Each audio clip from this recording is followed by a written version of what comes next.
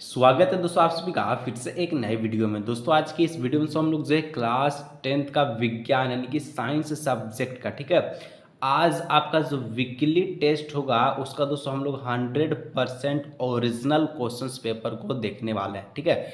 जो दोस्तों आज सेम टू सेम एक एक क्वेश्चन आपके एग्जाम में आएगा, ठीक है।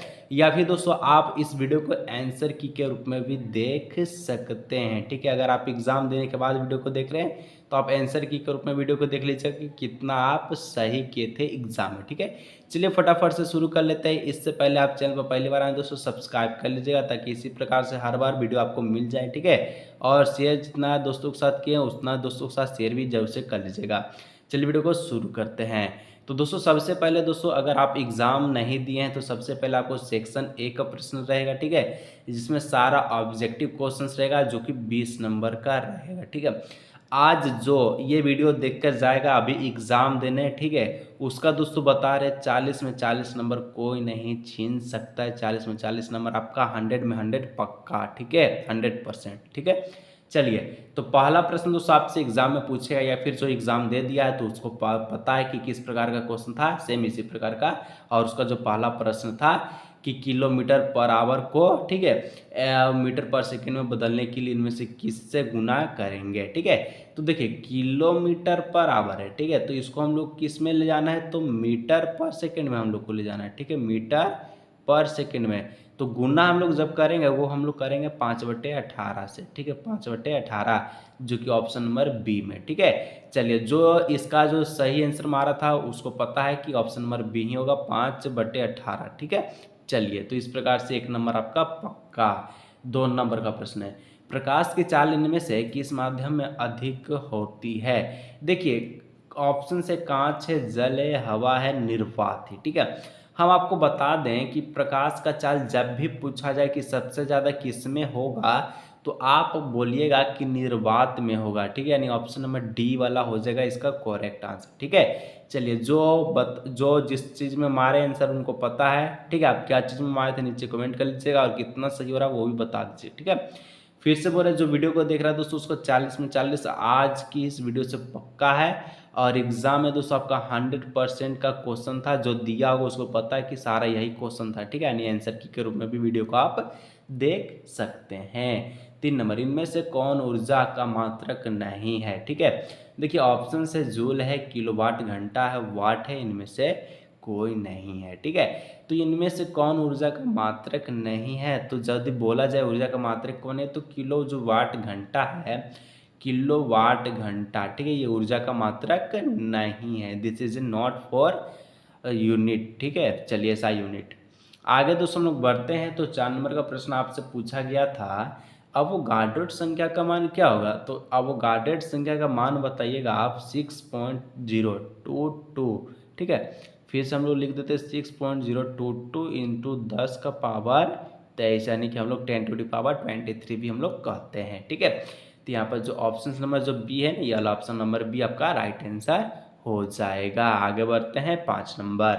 5 नंबर दोस्तों क्वेश्चन जो पूछा गया है कि सोना और चांदी का संकेत है, तो सोना और चांदी का संकेत क्या होगा। तो ये देखिए Na और Ag आपका सोडियम हो जाएगा और आपका हो जाएगा क्या हो जाएगा तो सिल्वर। तो ये तो आपका गलत है, ये भी गलत है, ये भी गलत है, यहाँ पर Au और Ag हो जाएगा, ठीक है। Au Ag सोना और चांदी का संकेत है, ठीक है। चलिए Au माने सोना और Ag माने चांदी। आगे बढ़ते हैं दोस्तों 6 नंबर, इनमें से कौन एल्युमिनियम ऑक्साइड का सूत्र है। तो देखिए एल्युमिनियम ऑक्साइड, एल्युमिनियम को हम लोग लिखते हैं ए, ठीक है, Al2, ठीक है। ऑक्साइड को हम लोग लिख देते हैं O3, तो यहाँ पर Al2O3 हो जाएगा, ऑप्शन नंबर ए वाला हो जाएगा करेक्ट वाला, ठीक है। चलिए आगे बढ़ते हैं 7 नंबर वाला। तो दोस्तों 7 नंबर बोरा बुझा हुआ चूना में से कौन सा है, बुझा हुआ चूना में कौन कौन से तत्व विद्यमान है। बुझा हुआ चूना यानी कि CaOH का होल ट्वाइस, ठीक है। तो यहाँ पर देखिए Ca यहाँ पर है, O भी है, H भी, यानी कि तीनों ना तत्व है जी। तो हाँ सर, तो यहाँ पर ऑप्शन नंबर डी, इनमें से सभी ऑल ऑफ द एबव। चलिए आगे बढ़ते हैं 8 नंबर, ठीक है। चलिए जो एग्जाम दे दिए थे वो आंसर की मिला लीजिएगा और लास्ट में कमेंट किया कीजिए कि कितना आप सही किए हैं, ठीक है। 8 नंबर रक्त है, रक्त क्या है दोस्तों, तो रक्त आपका तरल संयोजी उत्तक है, यानी ऑप्शन नंबर बी हो जाए, ठीक है, जो कि बायोलॉजी का क्वेश्चन है। आगे बढ़ते हैं 9 नंबर, पौधे की लंबाई किस ऊतक द्वारा बढ़ती है? तो पौधे की लंबाई आपको पता है कि शीर्षास्थ विभोजोत्तक ऊतक के द्वारा बढ़ती है। ठीक है, चलिए आगे बढ़ते हैं हम लोग क्वेश्चन नंबर 10 जो क्वेश्चन था ऑब्जेक्टिव का, ये लास्ट क्वेश्चन था। और यहाँ तक दोस्तों आप पहुँच गए हैं और सब्सक्राइब नहीं किए तो सब्सक्राइब कर लीजिए। अगर आप चाहते कि हर एक बार आपका वीकली टेस्ट में 40 नंबर आए, ठीक है, तो सब्सक्राइब करके बेल नोटिफिकेशन कॉल पे प्रेस कर लीजिए और दोस्तों के साथ भी शेयर कीजिए ताकि उनका भी भला हो और आप भी 40 में 40 लाएँ। ठीक है, दोनों मिलकर फ़ायदा उठाइए। ठीक है, ट्रेकिट्स पाए जाते हैं, तो ट्रेकिट दोस्तों आपको पता है कि जाइलम में पाए जाते हैं, यानी ऑप्शन नंबर ए हो जाएगा इसका करेक्ट आंसर। ठीक है, तो दोस्तों यहाँ पर ऑब्जेक्टिव हम लोग देख चुके हैं, हम लोग चलते हैं सब्जेक्टिव में। तो सबसे पहले आप लोग सब्जेक्टिव का क्वेश्चंस देख लीजिएगा, ठीक है, उसके बाद हम लोग उत्तर को देखेंगे। सेक्शन बी में हम लोग सबसे पहले सेक्शन बी और सेक्शन सी को देखेंगे जो कि सब्जेक्टिव में है। ठीक है, और इसके बाद हम लोग सेक्शन डी को देखेंगे। ठीक है, देखिए सेक्शंस बी में जो क्वेश्चंस पूछा गया है ये 4 नंबर का आपका था और सेक्शन सी में आपका 6 नंबर का। ठीक है, 11 नंबर जो क्वेश्चंस आपसे पूछा गया था कि निम्नलिखित का रासायनिक सूत्र लिखिए। आपका सोडियम ऑक्साइड है और एल्युमिनियम सल्फेट है। तो देखिए यहाँ पर आप इसको आंसर में लिख लीजिएगा, ए का जो आंसर हो जाएगा, ठीक है, ए का जो इस प्रकार से ब्रेक कर दीजिएगा, इस प्रकार से आंसर लिख दीजिएगा। ठीक है, तो सोडियम ऑक्साइड को आप लोग लिखिएगा Na2O, ठीक है, Na2O लिख दीजिएगा। ठीक है, और एल्युमिनियम सल्फेट को आप लोग लिख दीजिएगा Al2, ठीक है, ब्रैकेट में SO4 और दे दीजिएगा 3। ठीक है, इस प्रकार से आप लोग लिख लीजिएगा। ठीक है, Na2O जो कि सोडियम ऑक्साइड का हो गया और Al2 SO4 3 इसका हो गया एल्युमिनियम सल्फेट का। चलिए दोस्तों इसका बाद 12 नंबर क्वेश्चन है जाइलम और फ्लोएम में कार्य लिखिए। जाइलम और फ्लोएम के कार्य लिखिए। ठीक है, तो चलिए यहाँ पर क्वेश्चंस आपको दिखा दिए, डायरेक्ट आंसर भी आपको दिखाई देते हैं। ठीक है, तो देखिए आंसर में लिखिएगा कि जाइलम के कार्य ठीक है, वाहिनिकाएं तथा वाहिकाएं पादप की जड़ों से ऊपर पत्तियों की ओर पानी और खनिज के प्रवाह का कार्य करता है। ठीक है, जाइलम। और फ्लोएम का जो कार्य होता है, यह पादप के शीर्ष आधार तक भोजन का हस्तांतरण करता है। फ्लोएम उद्योग रेजिन, ठीक है, आपका लेटेक्स एवं म्यूसिलेज आदि का संग्रहण करता है। फ्लोएम वृद्धक भोजन का आर्य संवहन करता है।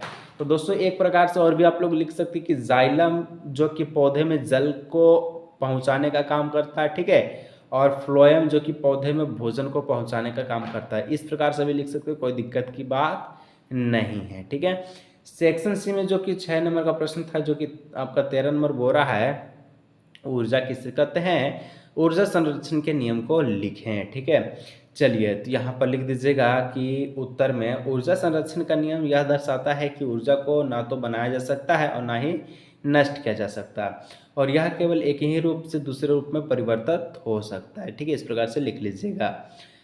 उसके बाद दोस्तों 14 नंबर का रहा पादप कोशिका एवं जंतु कोशिका में 3 मुख्य अंतर को लिखें। तो दोस्तों बहुत ही अच्छा से लिख दीजिएगा, पादप कोशिका में हरित लवक पाया जाता है, जंतु कोशिका में हरित लवक नहीं पाया जाता है। पादप कोशिका में बड़ी रिक्तिकाएँ होती है, जंतु कोशिका में रिक्ताएँ कम होती है या होती ही नहीं है। इस प्रकार से आंसर को लिख लीजिएगा। ठीक है, अगर दोस्तों आपको वीडियो पसंद आया तो लाइक सब्सक्राइब शेयर जरूर कीजिए, और अगर दोस्तों 15 और 16 का क्वेश्चन आपको चाहिए